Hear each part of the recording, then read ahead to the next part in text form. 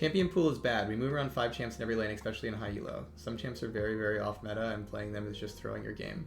So let's actually verify the reality of that statement. So first of all, there is something very real about that statement that I think is true. The player said basically, hey, your champion pool sucks. There's only 5 viable champs in any role, especially in high MMR, and it just moves around. So the thing that's definitely true about that statement is the fact that the game gets hyper optimized in high MMR. And a lot of high MMR players, the reason they're there is because they're somewhat of meta slaves and they play what's meta and they win on the strong things in the meta. And that's just a very real thing. And that's not something you can necessarily perfectly balance around. It's just like League at the most hyper optimized state is going to condense the champion pool. That's just a real thing.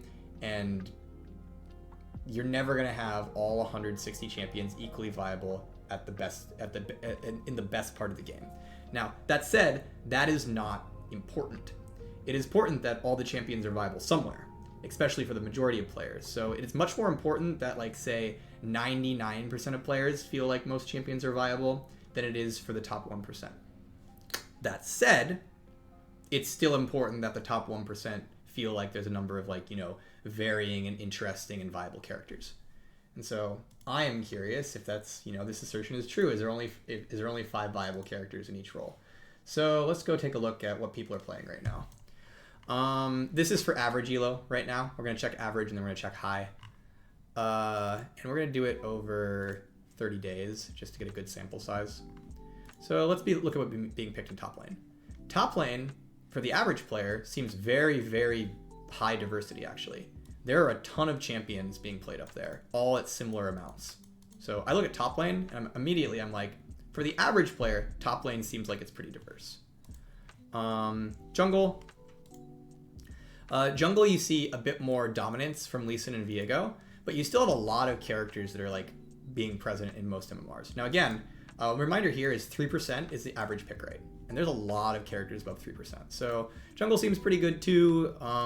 Mid lane also seems pretty good. Bot lane I'm guessing is probably the least diverse. But even bot lane, like, you're getting like, 1, 2, 3, 4, 5, 6, 7, 8 characters around 10% plus pick rate, and you're still got a number above 3. I could definitely see though that I could definitely see a world where like bot lane feels a bit more stale. This is kind of just the case forever though.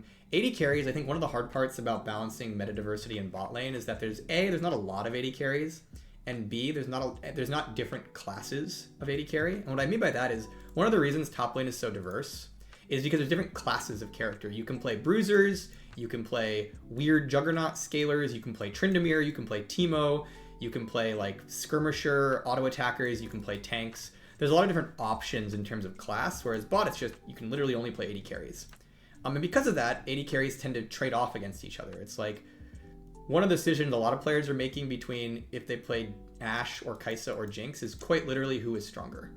Like a lot of players, when they look at these 3 characters, they're not being like, what unique strength will I bring to this game? A lot of players, when they choose their AD carry, especially at high MMR, they just say, who's the best? And then they pick it, right? And so you'll often see like AD carries like pretty widely. Like Kai'Sa and Jinx, as an example, these characters' pick rates will go from between 10 and 25%, depending on how viable they are in the current meta compared to other AD carries. So if you were saying, I would argue the AD carry meta right now, at least for the average player, is still pretty good, but it definitely feels like less diverse. And then if we go to supports, I'd say like supports actually feel pretty diverse as well. So yeah, that's the average player though. Let's go look at Master Plus. What's going on in high MMR? I'm assuming it's a lot less diverse. So let's take a look-see. So you already see that picks are starting to get condensed a bit in high MMR. Like you're seeing a lot more top end here, but still I think like there's a lot of characters who are around 5% plus pick rate. So yeah, well, Camille and Aatrox are a bit more dominant here. I don't look at like top lane and say like this is not a diverse meta for high MMR. Jungle I think starts getting worse. Like now Viego's everywhere, Lee Sin's everywhere, Nidalee's everywhere. Characters are falling off, but it still seems like there's a number of viable characters high market players can play here. Again, remembering that 3% pick rate is average, so there's a good chunk there. Mid lane, again, it is less diverse. It's still condensed, but it seems like there's still a good chunk of characters you can play at high MMR, Master Plus. Bot lane actually ironically looks even more diverse in high MMR, which actually surprised me. I wasn't expecting to see this. But bot lane, there's actually like a lot, there's like more characters at higher pick rates, it looks like. So that's interesting to see. And then support actually looks like it's like lost a decent amount of diversity with everybody just picking Nautilus. But yeah, so I don't know. Maybe I'm just a Riot shill, but I look at those like pick rates across the thing and like I don't know if I agree with the assertion that there's only 5 viable champions in every role. I do agree with the assertion though that as you get higher in the game, there are more and more champions that feel like they can't keep up. Like, you know, AMUMU can't really keep up in challenger play, and BRIAR can't really keep up in challenger play. But I think that's a bit different than saying like there's only, you know, a couple viable picks. I think all the way up to high MMR, there's a lot of different characters you can be playing.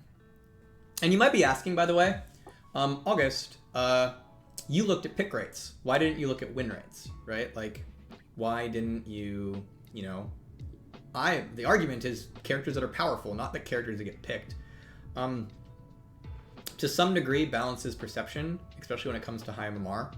It's like, as an example, we'll have metas where Kai'Sa is a 50% plus pick rate in high MMR while having like a 49% win rate. I would legitimately argue that that means she's overpowered. You might be like, what are you talking about? Her win rate's below 50. And I'm like, well, if Kai'Sa is being picked quite literally in 50% of games, there is probably something going on in terms of like people thinking that she is the best pick in every situation. That probably has to be adjusted. Mainly like high MMR players tend to pick based on what they believe is powerful, and they care a bit less about win rate and more about like, this is what the meta is.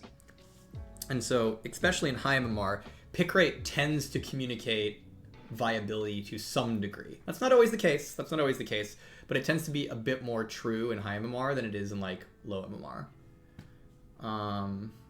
So yeah. But, you know, there's definitely popular characters in high MMR that get played a lot, but maybe aren't super good, right? Like, I'm sure there's a number of AD Assassin players in high MMR. They're like, hey, I play AD Assassin every game, and I'm surviving by a thread up here. And like, that's like, yeah, maybe AD Assassin need help. It's an open question. If a champ can keep a good win rate with a high pick rate, that means the champ is overpowered. Not necessarily. Certain characters are balanced above 50% win rate, even if popular, and certain characters not. It just depends on the character. I'm assuming that assertion comes from kind of the assumption that characters with high pick rates are being played by a bunch of giga noobs, and that's not necessarily the case. As an example, Yasuo is one of the most popular champions in the game, and one of the most mained champions in the game. Whereas IVERN is one of the least popular champions in the game, and he's not actually that highly mained. You would think he is because of how unique he is, but actually there's a lot of people, a good number of IVERN's plays is people who aren't maining him, playing him for a bit and bouncing off. And so, kind of a thing where basically popularity has no relation to how mained a character is. So that's important to remember.